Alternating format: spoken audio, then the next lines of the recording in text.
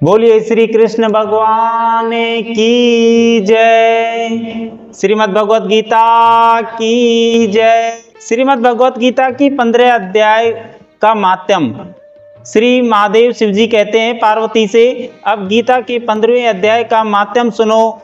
गौड़ देश में कृपाण नरसिंह नामक एक राजा थे, जिनकी तलवार की धार से युद्ध में देवता भी परास्त हो जाते थे। उनका बुद्धिमान सेनापति, शास्त्र और शास्त्र की कलाओं का भंडार था। उसका नाम था सरभेमेरुंड और उसकी भुजाओं में प्रचंड बल था। एक समय उस पापी ने राजकुमारों सहित महाराज का वध करके स्वयं ही राजा और राज्य करने का विचार किया और इस निश्चय से कुछ ही दिनों बाद वह हैजे का शिकार होकर के मर गया।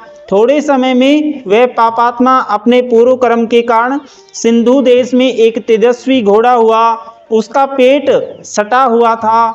घोड़े के लक्षणों का कारण ठीक ठाक ज्ञान रखने वाला किसी वैश्य के पुत्र ने बहुत सा मूल्य देकर उस घोड़े को खरीद लिया और यत्न के साथ उस राजधानी तक वह ले गया और वहां पर वैश्य कुमार वह अश्व राजा को देने को लाया था। यद्यपि राजा उस वैश्य कुमार से परिचित थे, तथापि द्वारपाल ने जाकर उसके आगमन की सूचना दी। राजा ने पूछा, किस लिए आए हो? तब उसने स्पष्ट शब्दों में उत्तर दिया, देव, सिंधु देश में एक उत्तम लक्षणों से संपन्न अश्व था, जिसे तीनों लोकों का एक रत्न समझकर मैंने बहुत सा मूल्य देकर खरीद लिया।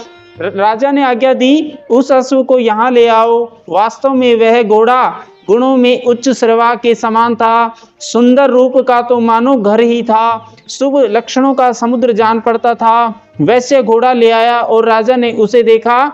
अश्व का लक्षण जानने वाले अमात्यों ने उसकी बड़ी प्रशंसा की। सुनकर राजा अपार आनंद में निमग्न हो गए और उन्होंने वैश्य को मुंह मांगा स्वर्ण देकर के तुरंत ही उस अश्व को खरीद लिया। कुछ दिनों के बाद एक समय राजा शिकार खेलने के लिए उत्सुक होकर के उसी घोड़े पर चढ़कर वन में गए।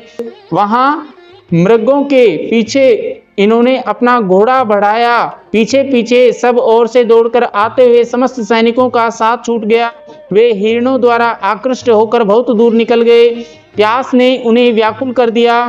तब वे घोड़े से उतरकर जल की खोज करने लगे। घोड़े को तो उन्होंने वृक्ष की डाली में बांध दिया और स्वयं एक चट्टान पर चढ़ने लगे।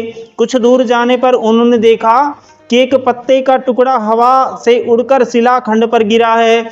उसमें गीता के 15वें अध्याय का आधा श्लोक लिखा हुआ था। राजा उसे बांचने लगे। उनके मुख से गीता के अक्षर सुनकर घोड़ा तुरंत गिर पड़ा और अश्व जो घोड़ा था उसके शरीर को छोड़ करके तुरंत ही दिव्य विमान पर बैठ करके वह स्वर्ग लोक को चला गया। तत्पश्चात राजा ने पहाड़ पर चढ़कर एक उत्तम आश्रम देखा, जहां नागकेश्वर केले, आम और नारियल के वृक्ष लहरा रहे थे। आश्रम के भीतर एक ब्राह्मण बैठे हुए थे, जो संसार की वासनाओं से मुक्त थे। राजा ने उन्हें प्रणाम करके पूछा और बड़ी भक्ति से साथ क्या पूछा, हे ब्राह्मण, मेरा अश्व घोड़ा जो अभी अभी स्वर्ग को चला गया है, उसमें क्या कारण है? तब राजा की बात सुनकर त्रिकालदर्शी, मंत्रवेदा एवं महापुरुषों में श्रेष्ठ विष्णु शर्मा नामक ब्राह्मण ने कहा, राजन, पूर्व काल में तुम्हारे यहाँ जो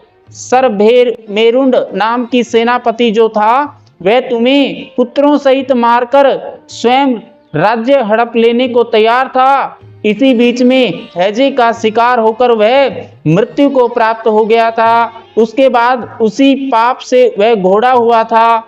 यहाँ कहीं गीता के 15वें अध्याय का आधा श्लोक लिखा मिल गया था उसे बाँचने उससे तुम बाँचने लगे, जिससे उसी के तुम्हारे मुख से सुनकर वह अश्व स्वर्ग को प्राप्त हो गया है। तदंतर राजा के पार्श्ववर्ती सैनिक उन्हें ढूंढते हुए वहां पहुंचे और उन सबके साथ ब्राह्मण को प्रणाम करके राजा प्रसन्नता पूर्वक वहां चले और गीता के 15वें अध्याय के श्लोकाक्षरों से अंकित उसी पत्र को बाँच कर प्रसन्न होने लगे। उन्हें नेत्र हर्षित हो गए और खिल उठे। घर आकर उन्होंने मंत्रवेदा मंत्रियों के साथ अपने पुत्र सिंहबल को राज्य सिंहासन पर अभिषिक्त किया और स्वयं 15वें अध्याय के जप से विष्णु चित्त और विष्णु शुद्ध चित्त होकर के मोक्ष को प्राप्त किया। बोलिए श्री कृष्ण भगवान की जय। श्रीमद् भगवत गीता की जय।